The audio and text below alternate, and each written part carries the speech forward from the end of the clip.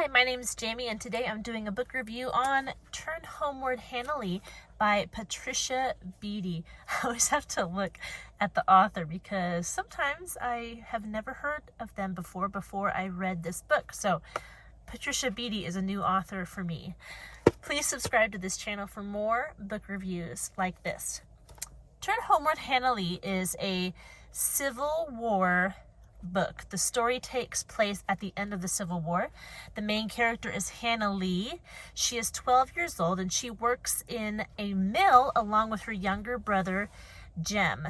Her father passed away. I can't remember from the war or from a sickness, but he is no longer with them. They live with their mother, and again, towards the end of the war, some Union soldiers come into town. Her family, they live in the South. Their army is the Confederates. So the Union army comes into the South, comes into their town, burns a bunch of houses, burns down their mill, and takes Hannalee and her brother out of their hometown, away from their mother, and takes them north. Before they leave, Hannalee's mother gives her a button and tells her to remember home, and Hannalee promises her mother that she will come back home. So Hannalee and Jem are taken by the soldiers into the north, and they're separated. Hannalee is not sold, hired out. Like she is getting a bit of money. She's hired out to be a servant in the home of an elderly northern civilian couple. And Jem is in another town, and he is hired out to do farm work for another family. So they're separated, but Hannalee does not forget her promise to her mother to turn homeward, to go home. So she runs away from the family that she's working for and tries to find her brother so that the both of them can go home. Now, the interesting thing about this book is that it is based on true events.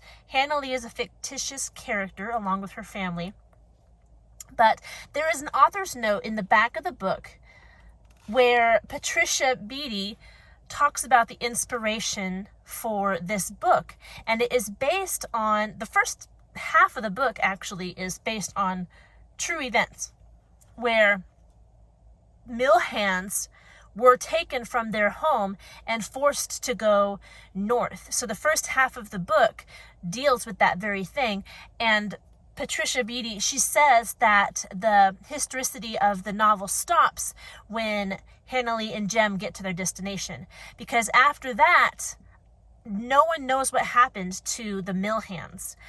A lot of them were never heard from again. Now, it's doubtful that they died or anything serious like that, but a lot of them were thought to, once they got to the north, they either didn't know the way home or they built a life in the north, and by the time the war was over, they had made new relationships.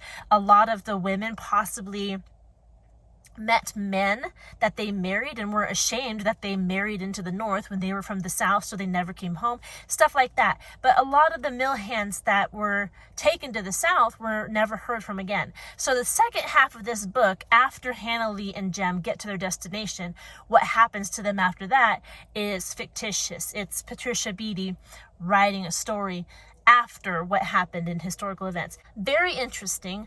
It's told from the point of view, again, from people who lived in the South. So it's underlining the fact that it was not a black and white war. It wasn't the North were the good guys, the South were the bad guys, but there were good and bad people on both sides of this war.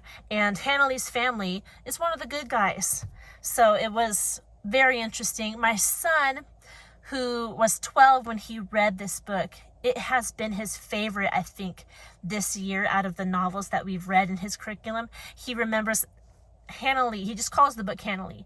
He remembers this book fondly. He really liked it. It was one of the more mature books that he has read. It deals with death. There is one scene where Hannalee and her brother see a war, just a battle happen in front of them. They see the blood and they see the people dying, and after the battle takes place, they see the bodies all over the battlefield. And so it was a little more of a serious book than he was used to, and he would stop and like kind of question me, like, should we be reading this? And I told him it was fine, he's old enough, and these are things that really happened in the past, and we need to talk about them. So this was kind of a growing up moment in his life where he has come away from the kid books that we've been reading and read this one, which it's still written for a little older readers. It's not for young kids because it deals with more mature themes and with heartache and death, but it was a very good teaching moment for him and for me as a teacher of him. So I do recommend it. It has only, I think, 180 pages. I say only.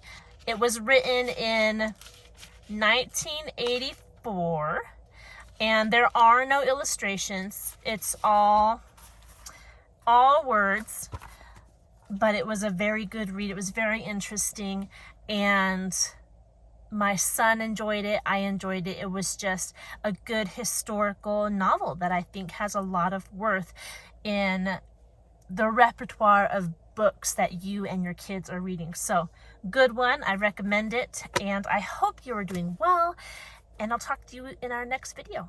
Goodbye.